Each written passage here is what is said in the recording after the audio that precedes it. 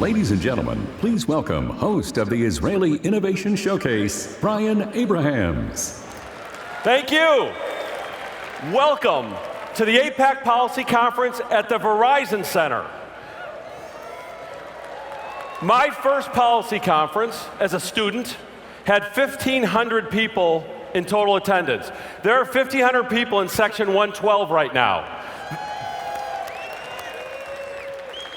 This is an amazing accomplishment, but thank you to every one of you for making the time and effort to be here. So if you've been to a policy conference before, you know, one of the things we celebrate is the remarkable technological innovations of Israel in the Israel Innovation Showcase.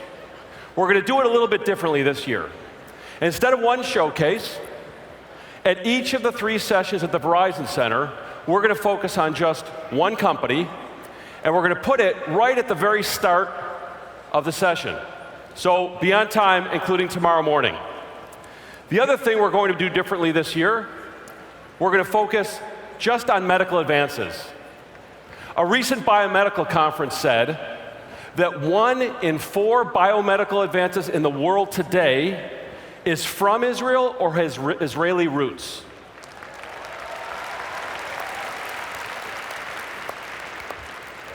So we're going to give you the opportunity to meet some of the amazing inventors and entrepreneurs bringing that technology.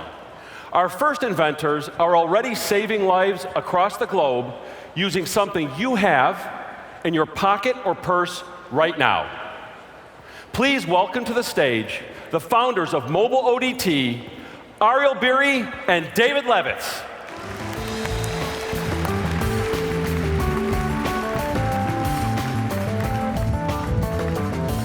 Brian.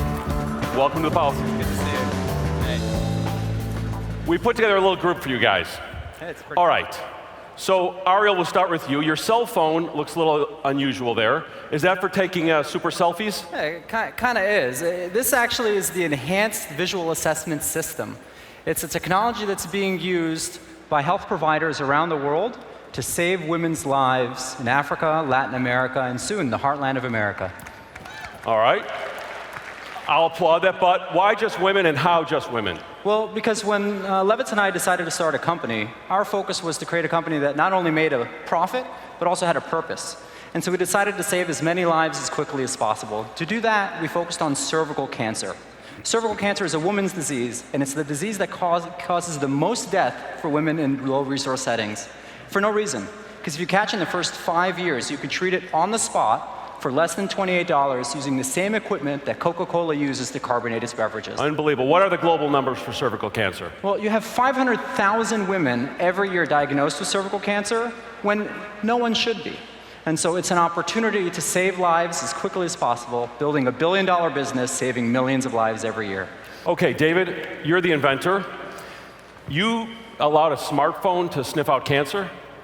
Well, it doesn't actually sniff out cancer. This device is functionally equivalent to an imaging system that you have in gynecologist's office all across the United States, Israel, and the developed world, except it's 10% of the size, 10% of the price, connected to the internet, and therefore infinitely smarter. Okay, walk me through the process. What happens for a woman to have the advantage of this? In most of the world, they don't have the laboratory infrastructure required for pap smears or HPV DNA tests, which are used in the US to detect cervical cancer. Okay. And so oftentimes the woman comes in, she lays on the table, the nurse practitioner inserts a speculum and puts in a thin layer of vinegar on the cervix. And then the nurse looks from the outside using a headlamp or a flashlight at something this big to see if an area this big turned white. Okay. So you have a device now that's going to solve that problem. Why don't we, you want to show us it in action? Give us a demonstration, Ariel. I'd love to. Would you be okay if I use Levitz as our model?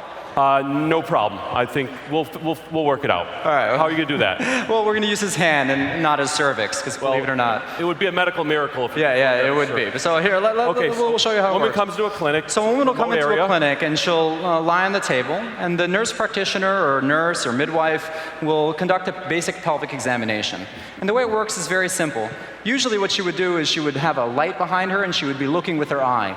Instead, we use a technology that she uses literally every day. Ordinary smartphone. Ordinary smartphone attached to a medical grade case. And she turns on the phone just like she would turn it on any other time.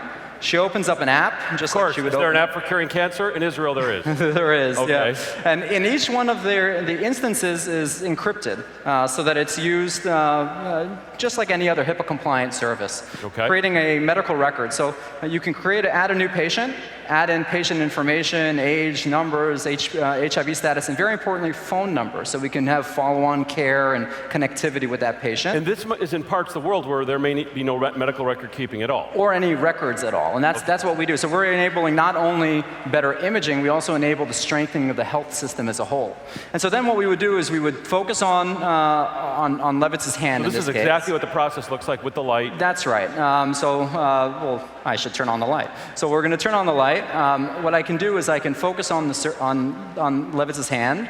I can zoom in and zoom out in order to look at interesting areas. And if I would like to highlight vascularity, because cancer draws in more blood, I can turn on the green filter and take as many images as I want. What does the green filter do? The green filter helps highlight those areas that might be problematic due to vascularity changes. And then when you're done, by looking at the gallery, I can annotate those images, analyze those images, and most importantly, I can start marking my decision. And we lead the nurse provider through a workflow. And that's important because the 23 million nurses around the world who serve those 5 billion people who do not have access to physicians are generalists, and they're wonderful generalists. But to have expertise in every single subject area is difficult. So you're actually supplementing their medical education with a cutting-edge process. That's exactly right, and helping them for quality control and quality improvement. And so they can go through the process of of adding what it is, or let's say that they don't know what it is, they can press consult. And a physician from the network can help them, and over time our algorithms will be able to provide that automatically without the need of a physician. So you're a bridge. This image goes to the cloud and actually can go from any remote place to Johns Hopkins University. That's absolutely right. So it's not only is it a bridge, it's also an assistant mechanism that connects between the patient, the provider, and the health system as a whole. And so what we're able to do with the technology that everyone has in their pocket is to create a powerful engine for changing the way that healthcare is provided. So David, you're the inventor. How did you come up with this idea? Well, I was, at the time I came up with it, I was working as a postdoc in Tel Aviv University. I was working on advanced imaging systems, and I looked at the images that I had on my smartphone, and they seemed to be much better quality than the images that I captured with a scientific-grade camera. And I noticed that the big lasers you have in medical instruments today are not necessary to do the diagnosis. LEDs that are small, cheap, and just as powerful do the job just as well. And I thought, why not just take these low-cost components and low-cost sensors and put them together in a medical device that can be low-cost, small, cheap, portable, and spread to the masses and spread the technology to lots of people. You both have excellent English. What's the background here? So actually, we know each other since we were 13 years old. I'm the son of Israeli parents that came here in 1977 and grew up with a foot in both worlds, in Israel and the United States. And we met at summer camp and what's your background, years ago. I was born in Israel. My dad actually died in the 1982 Lebanon War. My mom remarried, and we moved to the US in 1990. A couple of years later, I met Ariel, and we've been best friends ever since. So Ariel, where is this device in use? Well, it's now being used in over 20 countries around the world. We've helped health providers screen over 6,000 women, and that number is growing exponentially. And that's only since May of this past year. And we have some fantastic investors that understand the potential of creating a life-saving technology that can address the billions without access to health care. And how much does it cost? Well, so believe it or not, so a device does what this does without the internet connection and the algorithms generally goes for between $10,000 to $15,000. We've been able to reduce the cost to less than $1,500, and for many of the organizations we work, sell it at a bulk rate. Now what that does is it makes medical technology available to all those 2.5 billion smartphones around the world that until now can do almost everything but save their lives and the lives of their loved ones. And does it do anything besides cervical cancer? Absolutely. So that's what's so exciting. And by the way, we have a booth at the APAC Village. We'd be happy to tell more about it. Go see them in the village. Yeah, absolutely. So right now in the United States, it's being used for sexual assault documentation and rape documentation, which is a huge problem, not only on college campuses, but across the United States. And this is a photo documentation system has been able to provide critical support. And Boston Medical Center has been using this for oral cancer in India. So the possibilities are limitless. So when you and I go to the doctor does two things. They listen to what we're complaining about, and then they look with their eyes. And based on what they see, they make an assessment. We're going to do the looking part for every diagnosis using the power of mobile phones and the power of Levitz's algorithms. All right, to wrap it up, you guys are obviously bright and capable. You could have done anything. Why did you choose this? I mean, what we want to do is we want to build a company, $1 billion company that actually has a purpose and saves millions of lives. And we thought that cervical cancer was the best way to do it.